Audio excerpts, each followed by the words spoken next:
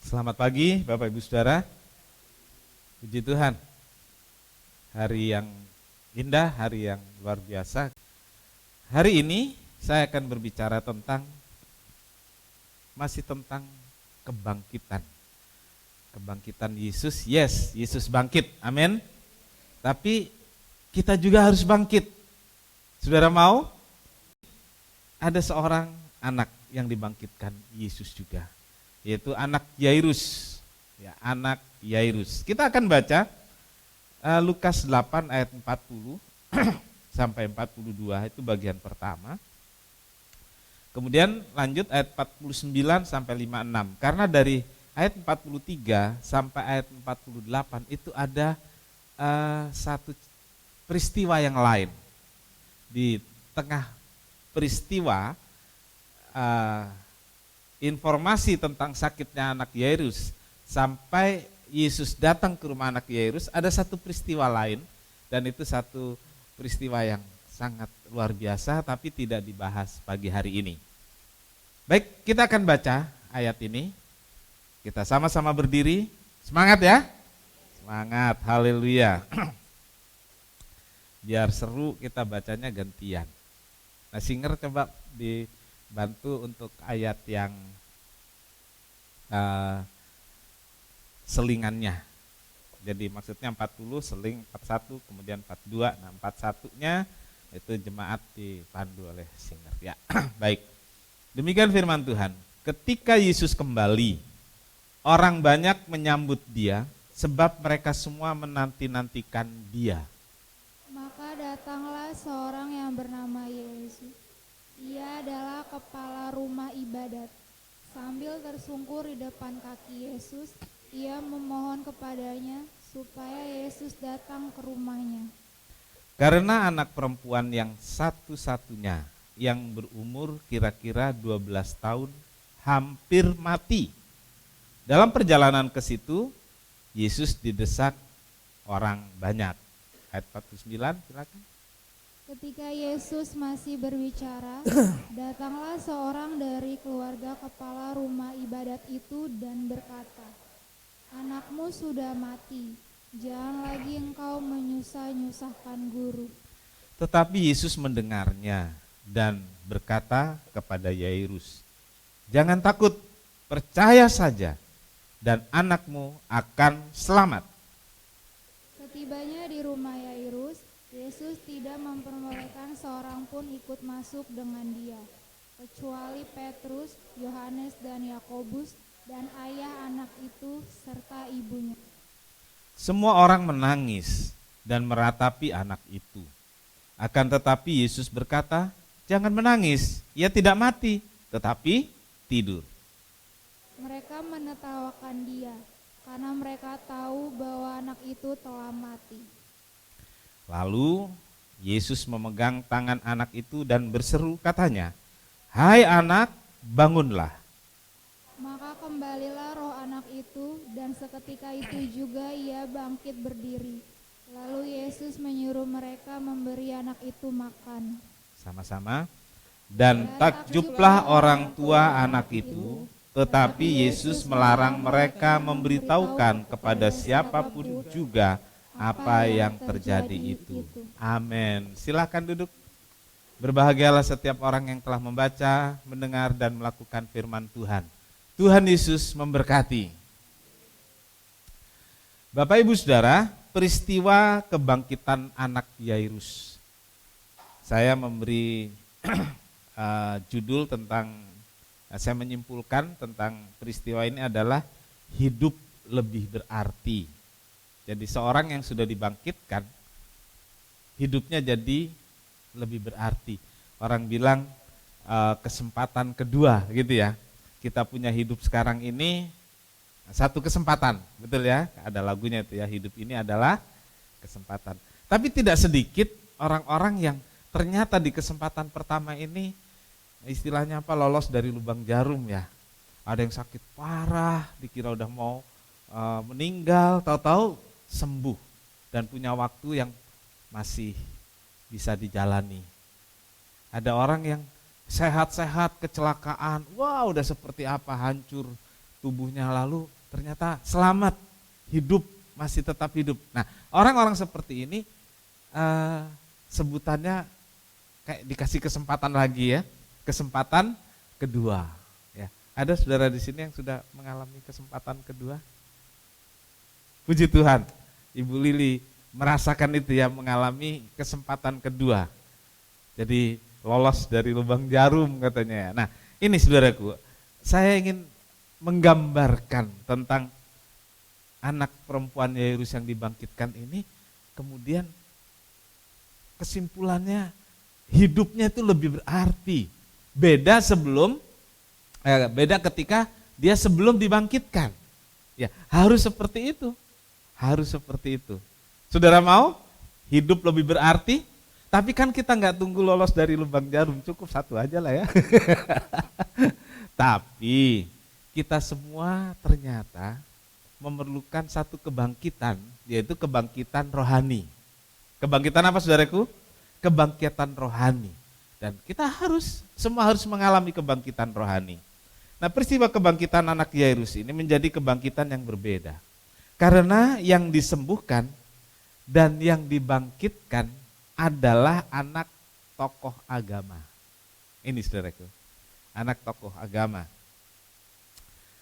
Yairus merupakan seorang kepala rumah ibadah, orang terpandang di masyarakat pada masa itu. Dan dalam peristiwa ini, pelayanan Yesus mulai menyentuh kalangan atas, kalangan keluarga terpandang. Nah, di sini dijelaskan tentang siapa Yairus itu. Dia kepala rumah agama, kepala rumah ibadah, tokoh agama, orang penting, keluarga kelas atas. Jadi saudaraku, kepala rumah ibadah ini maksudnya berbeda dengan yang diajarkan Yesus, gitu ya. Kalau sama ya nggak masalah ya, kalau sama, ini beda, gitu. Dan itu satu kepercayaan yang beda, tokoh agama yang beda, gitu saudaraku. Nah, lalu dia keluarga kelas atas, tokoh agama, gitu. Kalau sekarang tokoh agama termasuk kelas atas atau ya? Menurut saudara, tokoh agama, ya? Masih kelas atas ya? Amin. Terima kasih. Apalagi kalau tokoh agama yang dekat dengan pemerintah dan lain sebagainya ya, itu pastilah terpandang dan dihormati gitu ya, kelas atas. Nah, Yairus ini seperti itu. Dia bukan kalangan atas doang, tapi dekat dengan tokoh-tokoh politik gitulah, tokoh pemerintahan waktu itu. Nah, dalam peristiwa ini pelayanan Yesus itu terbuka, nggak sembunyi-sembunyi. Ada kalangan atas saudara yang dilayani Tuhan Yesus, tapi sembunyi-sembunyi. Nah, saudara ingat siapa itu? Nikodemus, sembunyi-sembunyi ya. Nikodemusnya nggak berani terbuka, dan Tuhan Yesus juga waktu itu baru mulai pelayanannya. Tapi sekarang di peristiwa ini Tuhan Yesus go publik saudaraku, gitu ya. Kalau dia cuma menyembuhkan anak pemuda lain, yang tahu siapa? Orang di desa itu. Kan gitu. Cuma orang di desa itu loh yang tahu. Paling dari mulut ke mulut nanti ya 1-2 orang dengar. Tapi beda kalau disembuhkan anak Yairus. Itu satu kota besar, satu Kapernaum, dengar semua. Kalau satu Kapernaum dengar semua, Yerusalem pasti tahu, Galilea pasti tahu, gitu, karena dia tokoh. Gitu saudaraku. Jadi kita lihat di sini Yesus mulai pelayanannya secara terbuka. Masyarakat bisa melihat dan merasakan sentuhan pelayanan Tuhan Yesus mulai dari kalangan marginal, kalangan bawah. Lalu masuk ke kalangan menengah, masuk kalangan atas. Yang kemudian setelah ini saudaraku kita melihat keluarga Herodes. Ya, dari kemudian ya, keluarga Herodes, istri bendahara dari pemerintahan waktu itu, jadi bendaharanya. keuangan Yesus, saudaraku. Jadi saudaraku, jangan pikir kalau gereja itu ya kalangan bawah saja gitu. Enggak. Ya. Kalangan, semua kalangan. Nah, Tuhan Yesus mulai dari bawah memang. Gitu. Dari nelayan ya. Lalu sampai dokter. Siapa dokter? Lukas. Dari pemungut cukai, siapa? Sampai politisi. Nah, siapa politisi? Ketua partai. Siapa? Simon. Partainya apa? Ambil semua, karena Yesus datang untuk semua orang dan semua kalangan. Dari peristiwa ini saudaraku kita belajar dari Yairus ya, dan kebangkitan anaknya kita belajar 3 hal. Yang pertama, kasih kepada keluarga. Nah ini saudaraku, kok kayaknya jauh dari kebangkitan sampai pada kasih keluarga. Jauh ini ya, jauh loh, jauh. Tapi saya ingin coba saudara perhatikan, nanti akan runut gitu ya. Kenapa mujizat itu bisa terjadi? Kenapa Tuhan menolong? Nah, kenapa harus dimulai dari kasih kepada keluarga? Pada budaya masa itu, saudaraku, seorang anak laki-laki, ya, seorang anak laki-laki jauh lebih dihargai daripada anak perempuan. Halo yang perempuan. Anak laki-laki jauh lebih dihargai daripada anak perempuan, walaupun sama-sama anak. Ya. Tetapi kasih sayang orang tua dan harapannya tertuju kepada anak laki-laki. Coba perhatikan ini. Walaupun sama-sama anak, tetapi kasih sayang orang tua dan harapan orang tua itu lebih tertuju kepada anak laki-laki. Budaya ini masih ada nggak sampai sekarang? Walaupun secara prestasi sukses perempuan, justru yang sukses menopang yang laki supaya yang laki dipandang, kan seperti itu ya. Itu terjadi sampai sekarang.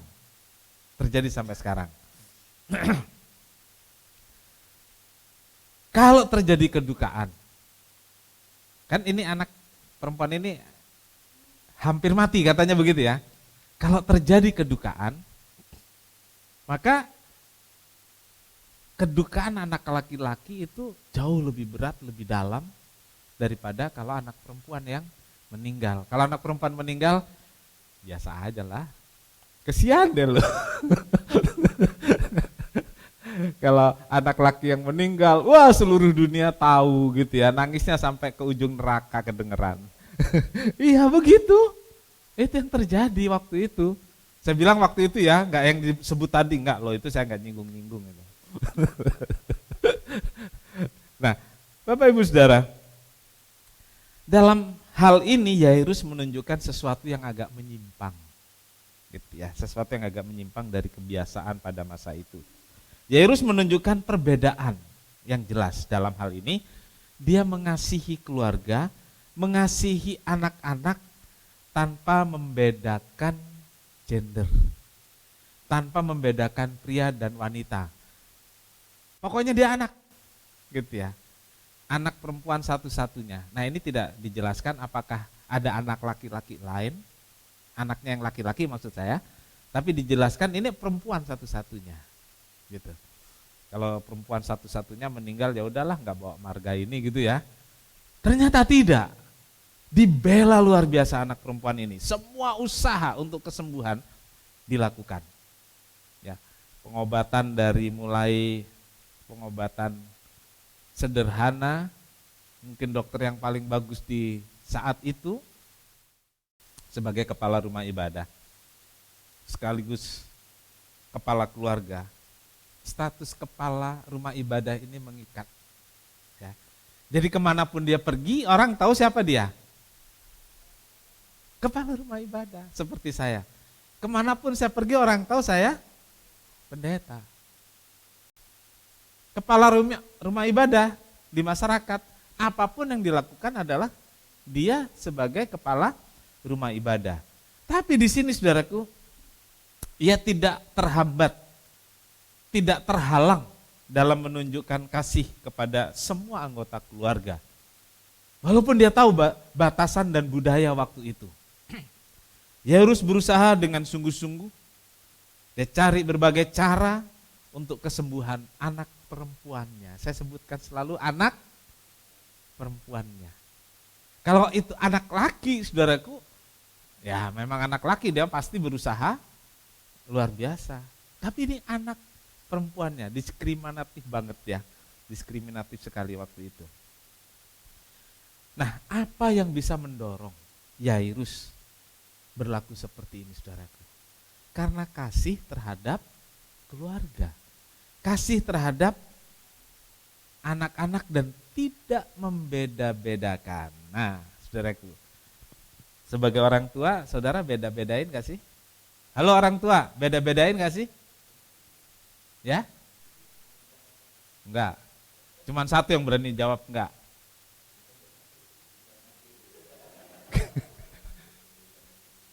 Gampang sih. Kalau nanya gini jangan sama orang tuanya ya. Saya nggak tahu tentang Yairus ini anaknya punya cerita apa, tapi sebagai anak perempuan dia disayang banget nih. Disayang banget. Yairus nggak memperdulikan lagi budaya waktu itu bahwa anak laki-laki itu lebih penting, enggak. Dia berusaha untuk mengurus semua anaknya dengan sebisa-bisanya dan seadil-adilnya. 1 Yohanes 4 ayat 21. Dan perintah ini kita terima dari Bapa. Barang siapa mengasihi Allah, ia harus mengasihi saudaranya. Ya, kita baca sama-sama 2, 3. Dan perintah ini kita terima dari Dia. Barang siapa mengasihi Allah, ia harus juga mengasihi saudaranya. Mengasihi saudara, mengasihi keluarga, mengasihi orang tua adalah mudah untuk diucapkan. Ya, tetapi belum tentu kita mau. Ini bukan soal mudah dan sulit ya. Belum tentu kita mau melakukan. Menjadi sulit karena tidak ada kemauan. Akan mudah jika kita menumbuhkan kemauan. Dan sebaliknya anak dengan orang tua. Ya. Kalau orang tua dengan anak, urus anak seperti apa? Karena dasarnya apa saudaraku? Sayang ya, mengasihi. Bahkan saudaraku, orang tua, saya pernah dengar orang tua ketika anaknya ditangkap, di penjara, dia bilang, lebih baik saya yang di penjara. Saudara pernah dengar itu? Zamannya penembakan misterius ya. Itu ada anak yang seorang pemuda yang ditembak, saudaraku. Mati.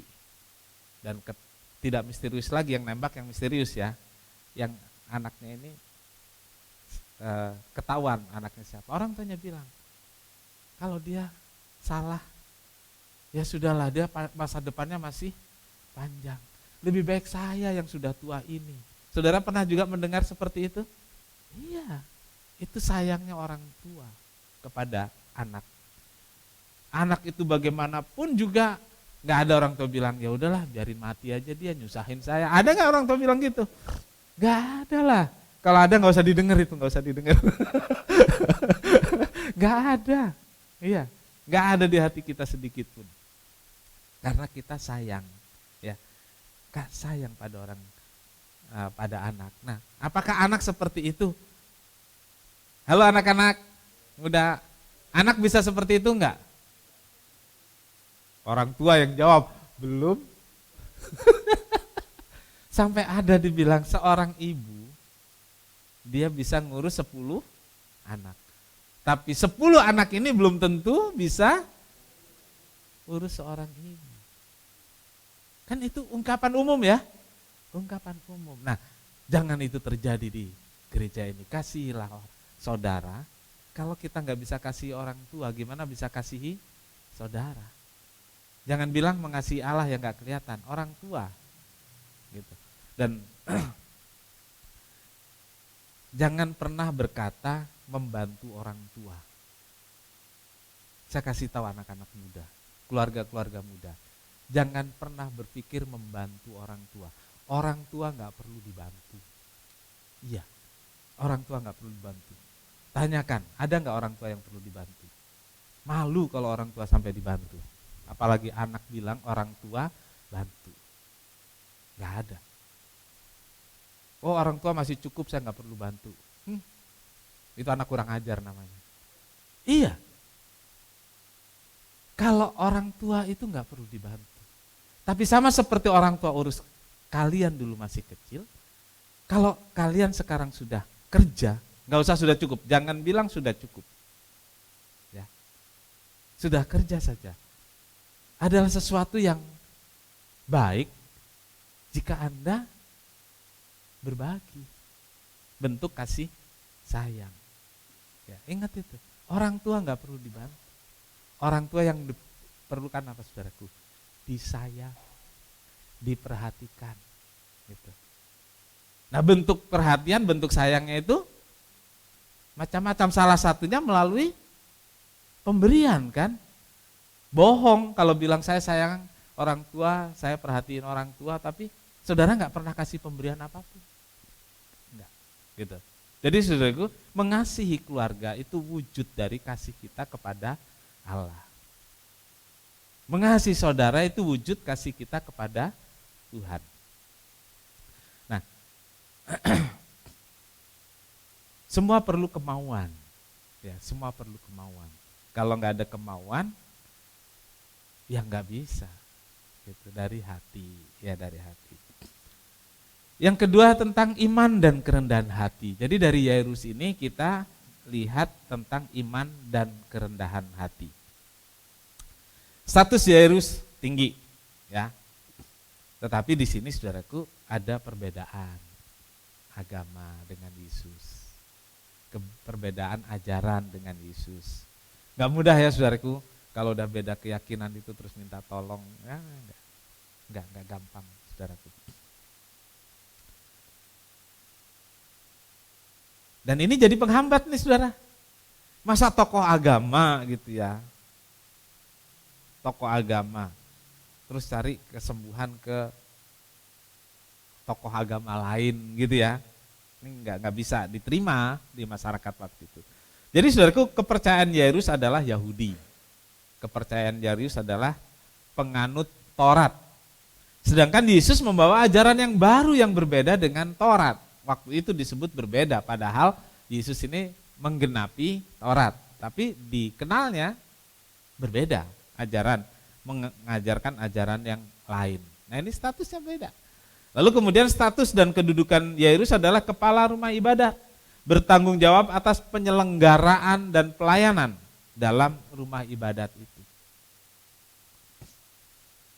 Sedangkan Yesus, kalau saya bilang nih waktu itu, pengkhotbah keliling. ya kan ya? Punya rumah ibadah enggak? Enggak, lu saudaraku. Dia cuman jalan aja keliling, pengkhotbah keliling yang enggak punya rumah ibadah. Jadi saudaraku, tentu sangat aneh dan tidak bisa diterima oleh masyarakat Yahudi jika seorang kepala rumah ibadah yang terhormat datang kepada Yesus, tersungkur kepada Yesus, memohon kepada Yesus yang adalah pengkhotbah keliling untuk kesembuhan anaknya. Itu aneh di masyarakat dan mungkin nggak bisa diterima oleh masyarakat waktu itu. Tetapi di sini saudaraku, Yairus mempunyai iman. Iman kepada Yesus. Imannya adalah disebabkan ia udah dengar. Dia dengar apa yang dilakukan Yesus di berbagai tempat. Lalu tumbuhlah keyakinannya. Berarti Yesus juga bisa sembuhin anak saya. Loh, tapi dia kan, oh gitu ya, kan beda. Loh, dia kan gitu ya, nah gitu. Tapi dia yakin Yesus bisa. Yesus mampu menyembuhkan anaknya. Iman kepada Yesus ini yang tumbuh.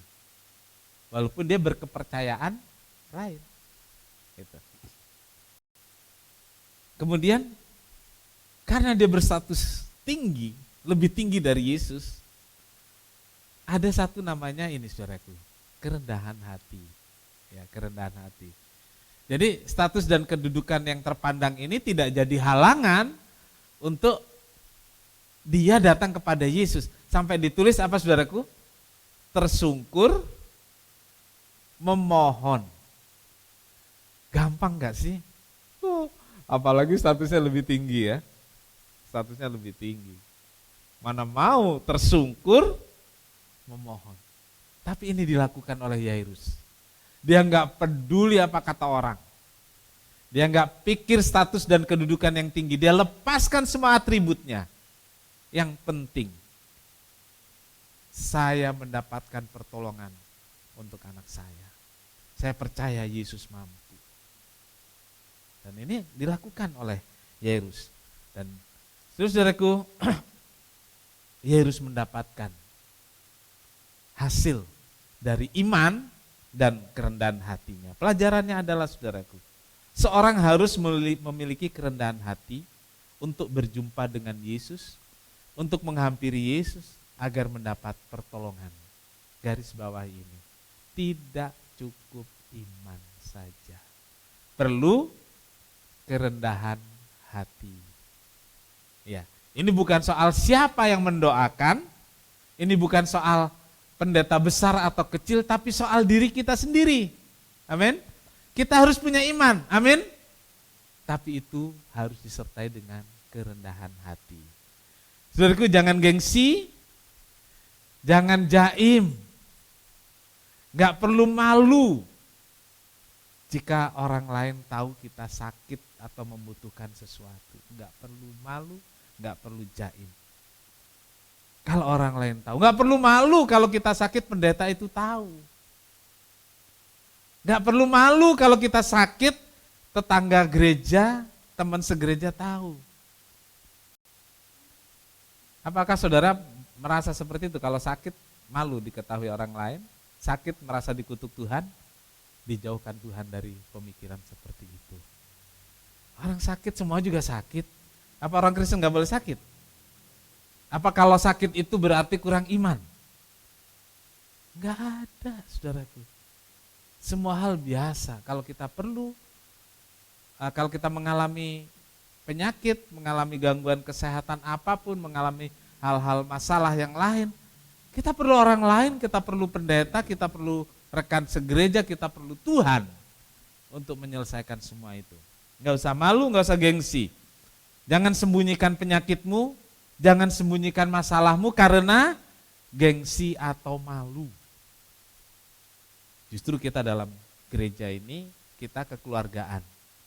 Katanya begini saudaraku, kalau jari ini sakit, satu tubuh merasa sakit itu. Jangan kalau satu jari sakit terus diamputasi. Yang lain gak ngerasa sakitnya, tapi saudara hilang. Hilang perasaannya, hilang hatinya, kan gitu ya. Jangan sembunyikan, ya saya ulangi, jangan sembunyikan penyakitmu, jangan sembunyikan masalahmu karena gengsi atau malu.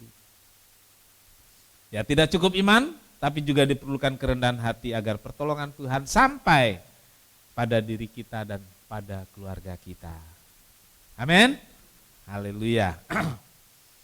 Ya, gengsi gak laku di gereja, gengsi gak laku sama Tuhan. Yang ketiga, iman. Iman itu adalah fakta yang berbicara. Saya merasa aneh, karena Tuhan Yesus bilang, jangan ngomong-ngomong ya. Di tempat lain, di peristiwa lain, suruh kasih tahu orang lain. Tapi di peristiwa ini, saudaraku, coba kita lihat tadi, dibilang ini. Tetapi Yesus melarang mereka memberitahukan kepada siapapun juga apa yang terjadi. Nggak boleh ngomong, nggak boleh cerita. Padahal yang kemarin kita baca supaya cerita, supaya diberitakan. Yang ini bilang nggak boleh. Kok beda? Tuhan sedang berbicara hal yang lain. Jadi tentang peristiwa-peristiwa itu bukan hanya cerita, tapi fakta yang berbicara. Ya, setelah bangkit dan sembuh dari penyakitnya, ada yang kita bisa perhatikan dari anak ini. Kenapa fakta itu berbicara lebih keras dari kata-kata? Waktu sembuh dan hidup, anak ini langsung bangkit. Nah, ini fakta yang berbicara lebih keras dari kata-kata. Kalau cuma dibilang dia hidup, tapi tetap berbaring, berarti ya hidup, tapi nggak bisa apa-apa, ya kan? Nah, faktanya bagaimana? Faktanya dia berdiri. Dia berdiri, membuktikan bahwa dia benar-benar hidup. Ini fakta yang berbicara. Lalu Tuhan Yesus bilang, coba kasih makan dia. Bukan di salah satu suku di Indonesia Timur ya, itu ada orang mati sudah sekian tahun bisa jalan. Saudara tahu ya? Itu faktanya ada kan ya? Faktanya ada. Bisa makan enggak? Bisa makan enggak? Enggak loh, ini saudaraku, ketika anak ini bangkit, dia berdiri, Tuhan Yesus bilang, kasih makan. Nah, ini fakta yang berbicara. Inilah yang kemudian dilihat orang dan oh benar-benar dia hidup. Ya, makan itu untuk kekuatan fisik. Kristen yang bangkit, orang Kristen yang bangkit rohaninya harus makan. Nih, hari ini saudara makan. Makan firman Tuhan. Firman Tuhan bilang, bukan saja oleh roti manusia boleh hidup, tetapi dari firman yang keluar dari mulutnya Allah. Ya. Sama seperti makanan untuk tubuh, demikian juga untuk hidup dan tumbuhnya rohani kita harus diberi makan makanan yang memadai. Nah, saudara makan sehari berapa kali? 3 kali itu makanan beratnya, nyamilnya. Snacknya. Tapi kalau untuk makanan rohani seminggu sekali saja kadang enggak ya. Nah, kita mulailah. Ya, kita mulailah ya, sama-sama ya. Jangan jadi Kristen macan atau Kristen ular, apalagi Kristen kura-kura. Saudara tahu yang dimaksud? Kalau kura-kura itu, kalau macan itu bisa seminggu 2 minggu enggak makan. Ular lebih lama lagi ya, kura-kura lebih lama lagi saudaraku, dia enggak makan tapi tetap hidup. Nah, jangan jadi Kristen seperti itu. Kita jadi Kristen yang normal, yang tiap hari kita perlu makan makanan rohani firman Tuhan. Nah, Yesus melarang memberitahu kepada siapapun. Kali ini justru Yesus melarang menceritakan peristiwa mujizat yang terjadi. Kenapa saudaraku? Sekali lagi saya katakan, berita itu bukan hanya dari kata-kata, tetapi dari fakta. Yaitu anak Yairus yang benar-benar telah hidup kembali. Dia berdiri, dia makan, ya, dia hidup. Iman itu bukan sebatas kata-kata, tetapi tunjukkanlah dalam perbuatan itu bagi kita. Jadi seringkali kita bilang punya iman, tapi iman itu nggak pernah jadi fakta. Ya. Maksudnya begini, kita bilang kita orang Kristen itu iman. Faktanya ke gereja enggak sih gitu ya. Kita bilang kita cinta Tuhan. Itu kan iman kita ya, cinta Tuhan. Faktanya ada enggak sih bukti cinta? Kalau dalam nyanyian sekuler itu, apalah artinya cinta? Tanpa kenyataan. Ya kan? Ayo, siapa yang tahu lagu ini?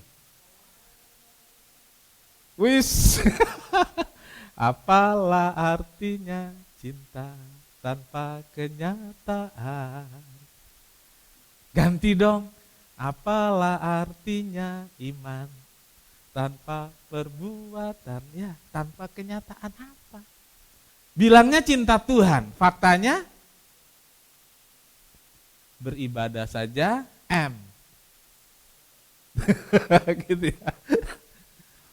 Katanya cinta Tuhan, berkorban saja P. Apa itu? Ya kan? Tunjukkan dalam perbuatan. Ya, hidup kita ini, hidup saya dan hidup saudara, seharusnya itu membuktikan iman. dan kepercayaan kita.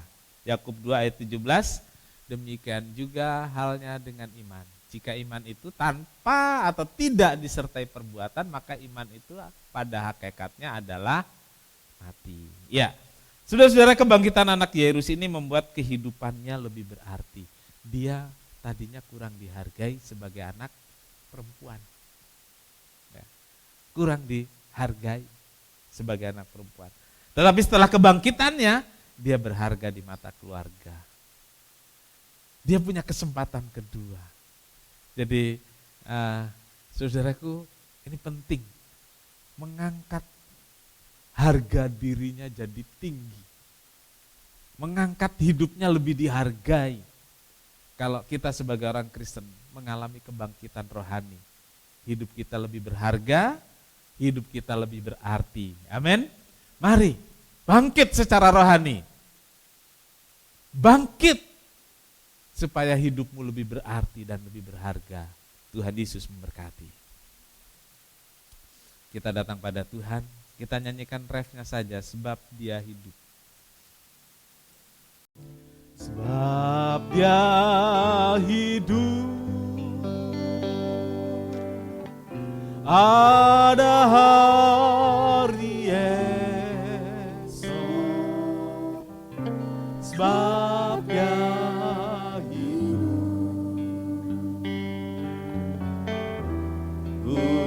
tak gentar, karena ku tahu Dia pegang hari esok. Hidup jadi berarti sebab Dia. Katakan, sebab Dia hidup. Sebab Dia hidup, ada hari esok. Sebab Dia hidup, ku tak gentar.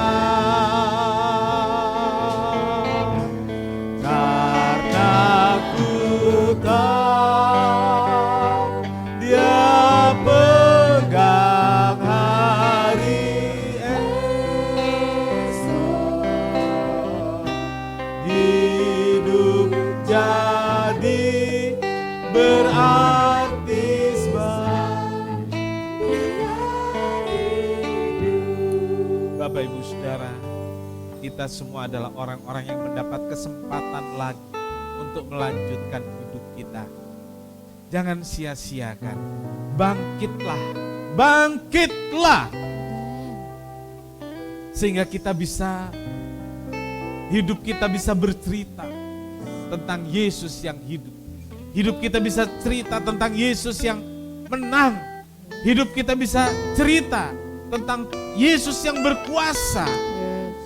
Kebangkitan rohani membuat kita menjadi saksi, bukan hanya dengan kata-kata, tapi dari fakta kehidupan kita.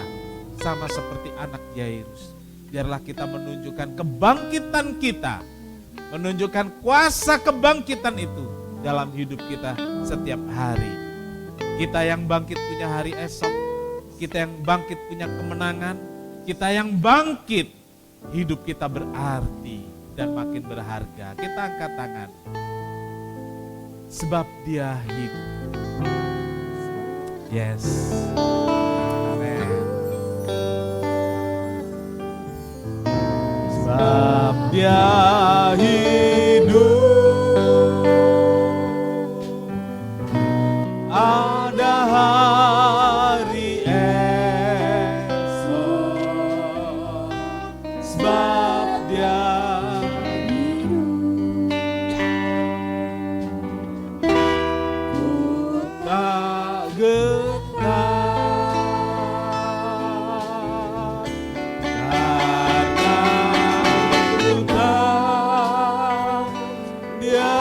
pegang hari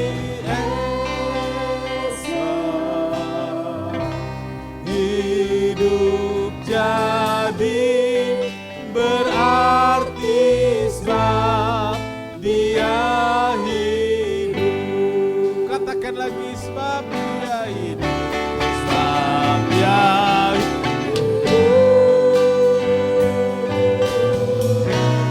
ada hari esok,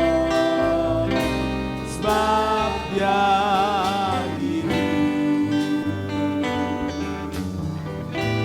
Ku tak gentar. Yes, amin. Oh, karena ku tahu pegang hari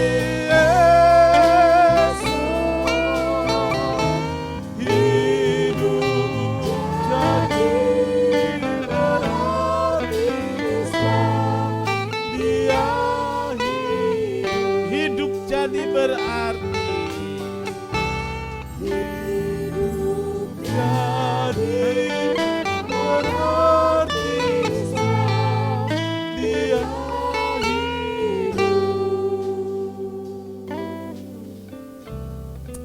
Bapa di sorga, terima kasih banyak buat berkat Tuhan dalam ibadah ini. Kami merasakan bahwa Yesus telah membangkitkan kami. Sama seperti Yesus membangkitkan anak Yairus. Yesus telah membangkitkan kami pagi hari ini. Dan hidup kami berharga. Hidup kami jadi berarti. Biar Roh Kudus tolong kami untuk tidak menyia-nyiakan kesempatan ini. Kami memiliki kesempatan lagi untuk menyenangkan hati Tuhan. Kami memiliki kesempatan lagi untuk mengasihi keluarga.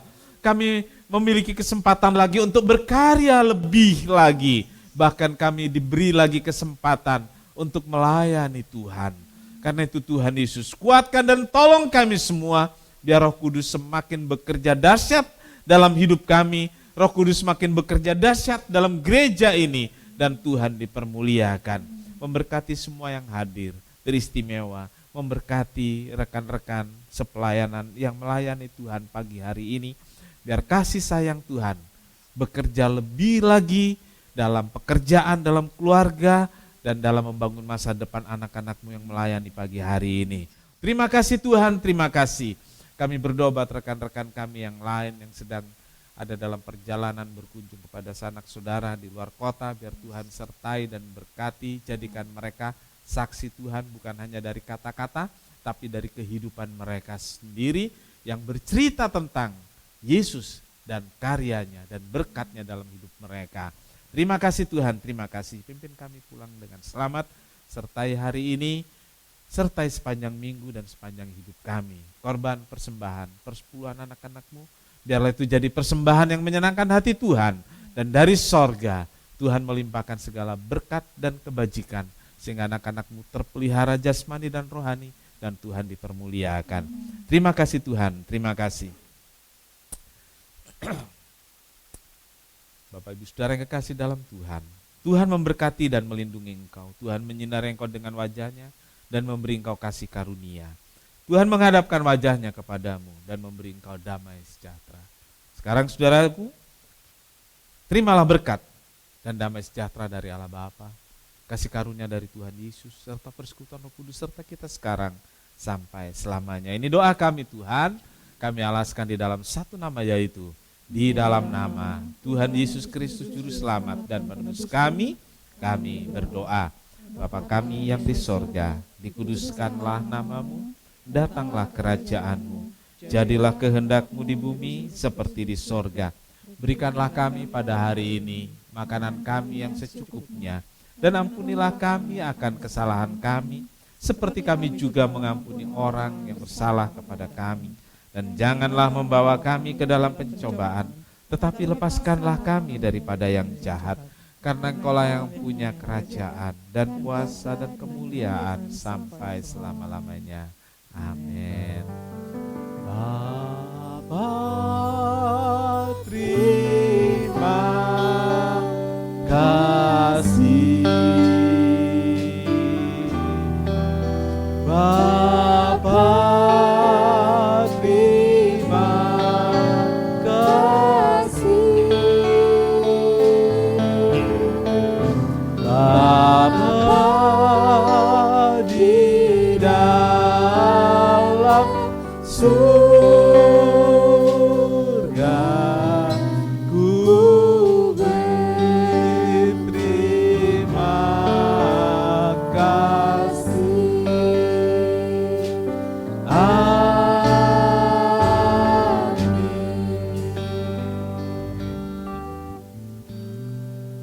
Tuhan, ibadah pagi ini telah selesai.